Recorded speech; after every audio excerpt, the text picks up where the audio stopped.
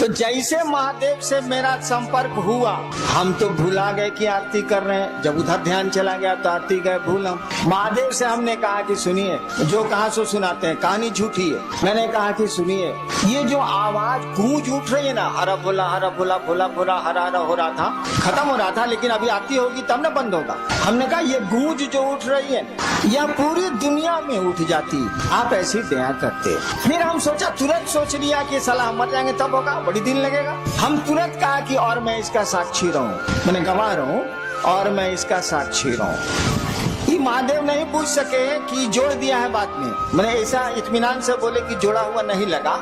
हालांकि बाद में हमको याद आया कि अरे साला इसमें तो 200 साल लग जाएगा, तब हम क्या करेंगे। हम तुरंत कहा कि और मैं इसका साक्षी। वो नहीं पकड़ पाए। पकड़ने के लिए 10,000 साल के बाद क्या सोचिएगा, ससुरा पकड़ लेगा, लेकिन उसको फुर्सत यही काम है कि पकड़ते चलेगा। पकड़ने के लिए तो शिव 10,000 साल के बाद आप क्या सोचेंगे शिव जानते हैं, लेकिन उसको दूसरा काम धाम नहीं है। हम लोग क्या सोचते हैं, वही सोचते रहता है। साला हम तो सोच भी नहीं करते हैं कि आप क्या सोचते हैं। तो महादेव को फुर्सत है कि सोचता है कि हईनान का सोच रहा है। साला एक इतना अरब आदमी है, दूसरे ग्रहों पर भी आदमी है, का सोच रहा है। महादेव सोचेगा तो उसका अकिल फट नहीं जाएगा, सोच भी नहीं करता। इसीलिए कहा जाता है भोला भोला मने बूढ़े बक, साले को कुछ पते नहीं। क्या भोला भोला मने नहीं कहा जाता कि लड़का बड़ा भोला हो, मत तंग कर लो। कौन तरीका है भाई, भोला लड़का का है, उसको छेड़ रहे चिढ़ा रहे। मैंने बूढ़े बक है बेचारा, सीधा साधा है। सीधा साधा इसीलिए है ना, जानने के लिए तो 10,000 साल के बाद जीवात्मा क्या सोचेगी शिव जानते हैं, लेकिन उसको यही फुर्सत है, ये काम है कि कौन क्या सोच रहा है, कौन चीज पगला नहीं जाएगा वो, इसीलिए कुछ सोचता ही नहीं। ये लोग कहता है भोला है, बुड़बक है। बुड़बक नहीं है साला, जितना उसको अकील है साला किसी को अकील नहीं है, लेकिन अकील का इस्तेमाल नहीं करता है। स्कूल है, बच्चा पढ़ने नहीं जाता है, तो कहा अकील कहाँ से आवे। तो हमने कहा कि देखिए ये गूंज जो उठ रही है ना, पूरी दुनिया में उठ जाए, आप ऐसी दया करिए। तब तक याद पड़ गया कि साला तो 5,000 साल भी लग सकता है। तुरंत हम जोड़ दिया और मैं इसका साक्षी रहूं। महादेव कुछ नहीं बोले, हमको लगा कुछ नहीं बोले तो कुछ नहीं बोले। हमने कहा कि देखिए, हमको लगता है कि आपको दया का दान करने, यही शब्द हमने कहा था, हमको लगता है कि आपको दया का दान करने में थोड़ी दिक्कत, वो बोल नहीं रहे थे, थोड़ी दिक्कत। ऐसा करिए, आप छोड़ दीजिए। मैंने उस महादेव को जो जिससे मेरा संपर्क हुआ था, मैंने कहा, बोल नहीं रहे थे इसीलिए मुझको गुस्सा आता, मुझको गुस्सा जल्दी चढ़ता। हमने कहा हमको लगता है कि आपको थोड़ी दिक्कत है दया का दान करने, आप छोड़, हम करते, आप काला दिक्कत लीजिएगा, हम करते। इतना देर में आरती तो हो गई माइक पर खत्म। सब लोग अपनी अपनी थाली रख दिए, हमारा आंख बंद है, थाली मेरे हाथ में, सब दिया बुझ गया है, हम खड़े हैं, आंख बंद है मेरी। सब लोग खड़ा है कि साहब आप थाली रखें तब ना, सब दिया तो बुझ गया, थाली रखें तब ना। देवाशीष को हिम्मते नहीं पड़े, मंडल जी को हिम्मते नहीं पड़े, सब दिया बुझा हुआ है, आरती खत्म हो गई है, मैं हाथ में थाल लेके, आंख बंद है मेरी, खड़ा हूं मैं। कोई हिम्मते नहीं करे कोई थलिया हमारे हाथ से लेने का या हमको कहने का। मेरे बड़े लड़के ने मेरी थाली को पकड़ लिया। उनका कहना था कि आपकी थाली भारी थी और कांप रही थी, तो दिमाग उधर था तो थाली, शरीर काम नहीं कर रहा तो थलिया कांप रही थी, तो थाली गिर नहीं जाए मेरे हाथ से, तो मेरे बड़े लड़के ने हाथ बढ़ा के थलिया को पकड़ लिया। जैसे थाली पकड़ी मेरी आंख खुल गई। देखिए अहबाब ने क्या कहा उसकी व्याख्या सुनिए। महादेव से तो इतना ही कहा इसीलिए, लेकिन हमने कहा इसीलिए कुछ सोच के कहा हुआ। हमने कहा कि आपको दया का दान करने में थोड़ी दिक्कत है, छोड़ दीजिए, हम कर लेंगे। क्यों मैंने ऐसे कहा? अरे बाबूजी खेत नहीं जोतेंगे तो हम छोड़ देंगे। अगर मेरे पिता खेती नहीं करेंगे और मेरी जमीन पड़ती रहेगी तो मैं छोड़ दूंगा कि करूंगा? महादेव दया नहीं करेंगे, उनको मेरे गुरु हैं, उनसे मेरा अपना संबंध है, वो दया नहीं करेंगे तो हमको पात्रता है कि नहीं, हमको शक्ति है कि नहीं, मैं और काम कर सकता हूँ तो शिव का कार्य क्यों नहीं कर सकता? क्या जरूरत है आपके दया की, रखिए अपने पास आप। मैंने कहा कि आपको लगता है कि थोड़ी दिक्कत है, आप छोड़ दीजिए, मैं कर लूंगा। और मेरे मन में उनके सामने जो बोले नहीं आप, उनके सामने जो मेरे मन में व्याख्या आई यही थी कि मैं आपका चेला हूँ और आपको कोई अधिकार नहीं हमको चेला की कुर्सी से हटा देने का, और जब तक अधिकार नहीं है और जब तक मैं चेला हूँ मुझको शक्ति है। मैं सरकार में ज्वाइंट सेक्रेटरी था। अगर मुख्यमंत्री जी नाराज हो जाए तो क्या हमारा बिगड़ेगा? जो हमको पावर है कानून में वो करेंगे कि नहीं करेंगे? हाँ, हमको नौकरी से निकाल दें, हमको सस्पेंड कर दें, तब खत्म हो जाएंगे हम। लेकिन जब तक उस कुर्सी पर दरोगा है, उसको दरोगा का पावर है, भले 2 मिनट के बाद एसपी साहब हटा दें, जब तक वो कुर्सी पर है उसको कानून में अधिकार मिले हुए हैं। तो आपको भी शिष्य के रूप में अधिकार मिले हुए हैं, आप शिव के शिष्य हैं, आपको भी अधिकार है, अपने अधिकार का प्रयोग करिए। गुरु दया नहीं करेंगे तो काम नहीं होगा। हमने महादेव से कह दिया, सोचिए, छोटी मुंह बड़ी बात, छोटी मुंह बड़ी बात के क्या कहिएगा? सारा कोई तुलना ही नहीं हो सकती है शिव से। जो कोई किसी की तुलना कर दे, किसी की, शिव से जो किसी की तुलना कर दे, उससे बड़ा अपराधी तो कोई नहीं हो सकता। कालिदास ने कहा था, शिवम शिवस्य उपमा वा तुलना नास्ति। कालिदास शिव के भक्त थे, कहा था कि शिवस्य उपमा वा तुलना नास्ति। शिव की न कोई उपमा दी जा सकती है, न शिव की तुलना की जा सकती है। लेकिन तब भी सोचिए, हरिनारायण ने क्या कहा? आपको दया लगता है कि आपको दया का दान करने में दिक्कत है, आप छोड़ दीजिए, हम कर लेंगे। आसमान के सामने, सूरज के सामने जुगनू बोल रहा है कि आपको दिक्कत है सूरज जी, तो छोड़ दीजिए, मैं अपने पंखों से उजाला कर लूंगा। क्यों ऐसा कहा गया? इसीलिए कहा गया कि भैया हम आपके शिष्य हैं तो हमको पावर है ना, और आपको हटाने का पावर नहीं है। शिव किसी को अपने शिष्य से हटा नहीं सकते। जैसे हटा देंगे कि मेरा शिष्य नहीं है, लोग कहेगा कि जगत गुरु है, लेकिन फूलन महतो को छोड़कर, अगर उसका नाम फूलन महतो हो तो लोग कहेंगे जगत गुरु है, लेकिन फूलन महतो को छोड़ के तो साले जगत गुरु रहते नहीं करेंगे। जगत गुरु एको आदमी गया तो जगत गुरु नहीं है वो। इसीलिए किसी को मना कर ही नहीं सकते कि तू मेरा शिष्य नहीं बनेगा या नहीं है, उनको तो मानना ही पड़ेगा। अगर आप कहते हैं कि शिव मेरे गुरु हैं तो शिव को मानना ही पड़ेगा कि आप उनके शिष्य हैं। नहीं कैसे मानेंगे? जिसे कह देंगे नहीं हम नहीं मानते हैं, उस दिन जगत गुरु रहेंगे, लेकिन जगदीश पांडे के छोड़ के 4 साल जगत गुरु रहेंगे कैसे? -1 हो जाएगा, 1 कम हो जाएगा। तो मना नहीं कर सकते, और मना नहीं कर सकते तो हम लोग शिष्य हैं, और शिष्य के रूप में शिष्य की शक्तियां हमको आपको हैं। क्यों नहीं करेंगे महादेव का काम? महादेव को दया नहीं करनी है, मत करें वो। मैंने ऐसा मैं नहीं कहता कि नहीं करें वो, लेकिन उस दिन शिवरात्रि के अष्टजाम में ऐसा ही उनको कहा था। कहने का लहजा थोड़ा सा शरीफ वाला था कि लगता, बोल नहीं रहते इसीलिए बोले थे हम, कि लगता है कि आपको दया का दान करने में थोड़ी दिक्कत है, आप छोड़ दीजिए, हम कर। बहुत शराफत से बोले थे। अब सूरज के सामने जुगनू बोल रहा है, उस साले की क्या बिसात है बोलने की, लेकिन मैं बोल तो रहा ही। तो गुरु दया से ये काम होगा, ये एकदम सच है, इसमें 2 मत नहीं है। लेकिन अगर गुरु की दया नहीं भी होती है तो हम आप कमजोर हैं क्या? हम आप गुरु का काम नहीं कर सकते हैं क्या? बाबूजी अगर खेत नहीं जोत रहे हैं तो बेटा छोड़ देगा कि उपज करेगा? वो हल चलाएगा, वो तो करेगा, क्योंकि वह उस बाप का वो बेटा है, इसीलिए करेगा वो। हम लोग उस गुरु के शिष्य हैं, शिव हम लोगों के गुरु हैं, इसीलिए उनका आदेश हम लोग करेंगे। और मैंने कहा जो गुरु का आदेश नहीं करता है वह शिष्य नहीं है। हमने यह भी कहा कि आप नहीं करते हैं तो उस गुरु से कहिए, क्यों नहीं कहते हैं? तो आप तो गुरु से कहिएगा नहीं। जब 1000 आदमी में आप कहते हैं कि बड़े ने गुरु भाता दया करें, दीदी नीलम आनंद दया करें, तब आप महादेव से बाहर में क्या कहते होंगे? हमरे मुँह पर कह रहे हैं कि आप हम पर दया करिए, तो बाहर में आप क्या कहते होंगे? समझ में नहीं आता। अरे दया गुरु ने करते हैं, दया उनकी संपत्ति है ना, कोई लेके करेगा। चापाकल अगर पानी दे रहा है तो लोहा सलाऊ, चापाकल का अपने बाबूजी का पानी है, बताइए जरा। बोरिंग चल रहा है, पूरा लोहा है कि नहीं?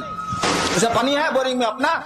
जमीने का ना पानी है भैया, वो चापाकल दे या कुआं दे या बोरिंग मशीन दे, कोई दे, जमीने का ना पानी देगा। अरे ससुरा हमू दया करेंगे तो महादेव की न दया करेंगे, उन्हीं से न लेके चापाकल साला पानी आ देगा। अपने में तो लोहा है साला, इसको अपना पानी कहाँ है? तो क्यों नहीं शिव से आप दया मांगते हैं? वो दया करते हैं। हमको तो छोड़ दीजिए, हमको तो लाचारी है दया करने की, मैं क्या कर सकता हूँ?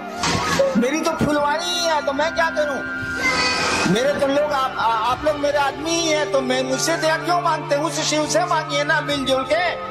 हम पर तो आपका पूरा अधिकार है, नहीं भी मांगिएगा तब भी आपको मिलेगा, मांगिएगा तब भी मिलेगा, नहीं मांगिएगा तब भी मिलेगा।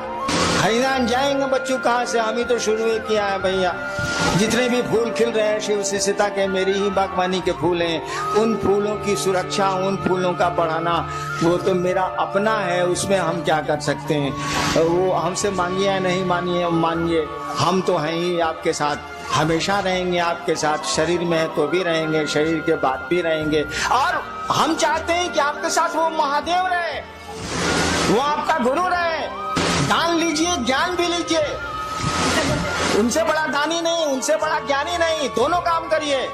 दान का तभी उपयोग हो सकता है जब ज्ञान हो, और नहीं तो दान का कोई उपयोग नहीं है। सुना है ना कि सुपुत्र होगा तो काला धान इकट्ठा कर रहे हैं भाई साहब, आप कुपुत्र होगा तो काला धन इकट्ठा कर रहे हैं भाई साहब। कुछ समझ में नहीं आ रहा। कहा जाता है ना, हो ही सुपुत्र क्या धन संचय, हो ही कुपुत्र क्या धन संचय। अगर बढ़िया बेटा निकल गया तो काला संपत्ति इकट्ठा कर रहे हूँ, कर लेगा। और खराब बेटा निकल गया तो काला संपत्ति इकट्ठा कर रहे हैं, लुटा देगा, नष्ट कर देगा, खत्म कर देगा। हो ही सुपुत्र तो का धन संचय, हो ही कुपुत्र तो का धन संचय। समझ का खेला है, ज्ञान का खेला और कुछ नहीं। सुपुत्र का मानी क्या? ज्ञानवान। कुपुत्र का मानी उसको समझ नहीं है। तो गुरु ज्ञान देते हैं और आपके गुरु शिव हैं, ज्ञान उन्हीं के पास है, दान उन्हीं के पास है, सब कुछ वही रखते हैं। ज्ञान मांग लीजिए तो दान मांगने का वकील भी आ जाएगा, इसे वकीलो नहीं है। ज्ञान मांग लीजिएगा तो दान मांगने की बुद्धि भी, समझ भी आ जाएगी। एगो लड़का के बियाह बरतुहार आई रहे, होखे वाला ससुर पूछलस की बियाह में का ले बउआ, कॉलस की रेडियो ले, रेडियो। उसका साथी पढ़ता था बाहर, वो तो देहाते में रह गया था, वो टीवी जानबे नहीं किया। पीछे से उसका साथिया खोस रहा है, तेरे टीवी बोलना, टीवी आजकल तो एलईडी तक आ गया है रे साला, बोलने रे साला, एलसीडी एलईडी बोलने रे साला। वो साला जान ही नहीं रहा है कि टीवी क्या है, फिर वो बोल रहा है कि जी रेडियो। तो दान तो उसी का न मांगिएगा जिसको आप जानते हैं, जिसको जानते ही नहीं है, समझते ही नहीं है, उसका मांगिएगा कहाँ से भाई साहब। 5 साल के बच्चे से महादेव पूछे कि बउआ क्या चाहिए, साक्षात महादेव आके खड़े हैं और पूछ रहे हैं कि बच्चा क्या चाहिए, कहेगा अंकल एगो कैडबरी चॉकलेट। उसको जरा दिल्ली जेएनयू से पास करने दीजिए। आप महादेव को कहिए कि सरकार जब वो 5 साल का था तो आप गए थे, दर्शन दिया था, पूछा था, आज चलिए ना, नानी मरे जो महादेव जाए, जा नहीं सकता। क्या उस साल को समझ आ गई? तुरंत कहेगा जी मनमोहन सिंह हटा के हमरे, जा नहीं सकता। टोपी की कहानी सुनी थी ना, मंसूर जो खुदा के इतने बड़े प्रेमी थे, बहुत बड़े सूफी संत हुए हैं अरब के। मंसूर दिन का समय था, सोए हुए थे, उठने हुए थे, अचानक खुदा की आवाज आई, मंसूर मंसूर टोपी बेचेगा, टोपी पहने हुए थे। अचानक खुदा की आवाज आई, दो प्रेमी गप कर रहे हैं, तो गप का क्या अंजाम होगा सोच लीजिए। खुदा ने पूछा मंसूर मंसूर टोपी बेचेगा? मंसूर ने कहा तेरे पास है क्या जो तो खरीदेगा, जा सोने दे। खुदा ने कहा मेरे पास कुछ नहीं है। अरे पूरी कायनात मेरी, पूरी दुनिया मेरी, पूरी प्रकृति मेरी, सब कुछ मेरा, तू कहता है कि मेरे पास कुछ नहीं है। मंसूर ने फिर कहा देख तेरे पास कुछ नहीं है, तेरे पास है क्या? मुझको सोने दे, मुझको नींद आ रही। तो नहीं मंसूर बोलो ना, टोपी बेचेगा, टोपी बेचेगा? मंसूर ने कहा हाँ बेचेंगे। खुदा ने कहा दाम बोल। मंसूर ने कहा ऐसा कर, तू सारी दुनिया के लोगों को जन्नत दे दे, माने स्वर्ग, तू सारी दुनिया के लोगों को स्वर्ग दे दे। खुदा ने कहा मंसूर यह काम तो मैं नहीं कर सकता।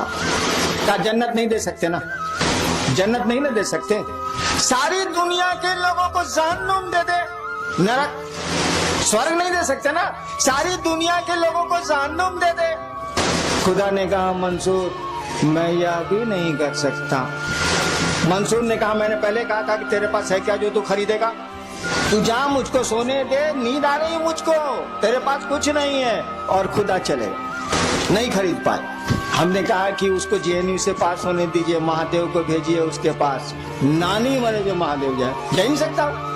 तुरंत कहेगा जी सोनिया जी के पार करूं, हमरा बैठाऊं, तुरंत कहेगा। यानी ज्ञान आ गया। आप मुझसे मेरे पास आते हैं, अमूमन लोग किस काम के लिए मेरे पास आते हैं? परेशानी है, फलना बीमार है, फलना मेरा बात नहीं सुन रहा है, हाई है, हाउ है, हाउ है, हाउ है, इसलिए मैं जल्दी लोगों से मिलता नहीं। हाई हाउ क्या करूं मैं? उसको अकेले ही नहीं है। इस साला समझता है कि यही दुनिया है, ये समझता ही नहीं कि जाने की जगह है। साला यहाँ हम लोग कितने दिन रहेंगे? हमारा आपका घर तो नहीं है। सब हम लोग जाएंगे कि नहीं जाएंगे? हम लोग को पूर्वज गए कि नहीं गए? अरे साला जब यहाँ रहना नहीं तो यहाँ की चीजों को मांगना क्या? काम चल ही जाता है। मुझको खाने की दिक्कत नहीं ना है। जिसके इतने भाई बहन हो साले खाने की दिक्कत कैसे हो सकती है? मुझको खाने की दिक्कत नहीं है, 2 रोटी खाता हूँ। करोड़ों जिसके भाई बहन हो इस देश और बाहर में, उसको भोजन की दिक्कत तो नहीं हो सकती है। मैं 2 रोटी खाता हूँ। इससे ज्यादा आप खा ही नहीं सकते तो खाएंगे क्या? एक साथ 2 चप्पल पहने है, बताइए हमरा राखी 2 जोड़ा चप्पल एक साथ पहन के निकली तो, एक साथ 2 साड़ी पहन के निकली तो, एक साथ 2 शर्ट पहन के निकली तो नहीं निकल सकते आप। एक बार एक ही जूता पहन सकते हैं आप, 2 जूता नहीं पहन सकते। तो चलिए 2 जोड़ा रख लेंगे। सारी 50 जोड़ा कहने जूता रखे हैं भाई साहब। जूतवा रहेगा, आप नहीं रहिएगा। इस संसार में कोई चीज नहीं रहती है, रह ही नहीं सकती है, उसमें परिवर्तन होना ही होना है। पहाड़ बदल जाते हैं तो आदमी क्या? तो हमको आपको समझ ही नहीं है। महादेव भेटा जाएंगे तो मांगेंगे जी एगो आश्रम बन जाए शिव परिवार का। अरे सारे लोगों ने आश्रम बनाए हैं, तुम दिल में आश्रम क्यों नहीं बनाते? तुम लोगों के मन में शिव को क्यों नहीं बैठाते? इन मकानों में शिव को बैठा के क्या होगा? मकान शिव थोड़े ही हो जाएंगे, आदमी ने शिव होगा भैया। तो हम लोग मांगेंगे महादेव से ही। समझ ही नहीं है, अक्ल ही नहीं है, ज्ञान ही नहीं है तो मांगेंगे क्या? अरे तुम मेरे पास आते हो, शिव को क्यों नहीं मांगते? मैं शिव दे सकता हूँ, आप शिव को क्यों नहीं मुझसे मांगते हैं? तो बेटा मांगते हैं, तो बीमारी को छुड़ाना मांगते हैं, तो बाल गिरना छुड़ाना मांगते हैं, यही सब तो करते हैं आप। समझ ही नहीं है, क्या समझ नहीं है कि शिव क्या?